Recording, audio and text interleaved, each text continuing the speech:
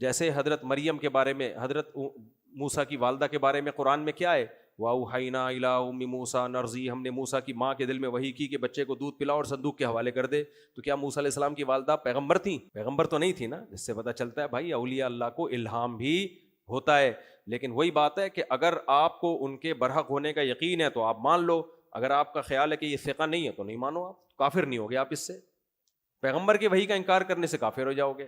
سمجھتے؟ تو اب موسیٰ علیہ السلام کی والدہ کو جب وحی ہوئی، یہ وحی ان کے لیے حجت تھی. اتنا مضبوط خیال آیا اللہ کی طرف سے، صندوق میں ڈالو، اور اللہ کہہ رہے ہم نے وعدہ کیا ہم گود میں لوٹائیں گے یہ. اور جب ہم نے لوٹایا تو اللہ کہتے ہیں ہم نے اس لیے لوٹایا تاکہ ان کو یقین آ جائے اللہ کے وعدے سچے ہیں. تو اب اگر ہم قرآن میں یہ نہ پڑھتے اور حضرت موسیٰ علیہ السلام کی والدہ ہمیں آ کے بتاتی کہ میرے ساتھ ایسا ہوا، تو اگر آپ کو ان کی والدہ کے برحق ہونے کا یقین ہوتا تو آپ کہتے ایسا ہوا ہوگا. آپ جھوٹ نہیں بولتی، جھوٹ نہیں بول سکتے. اور اگر آپ کو ان کے برحق ہونے کا یقین نہ ہوتا تو آپ کہتے ان کی تو باتوں میں شرک بھرا ہوا ہے.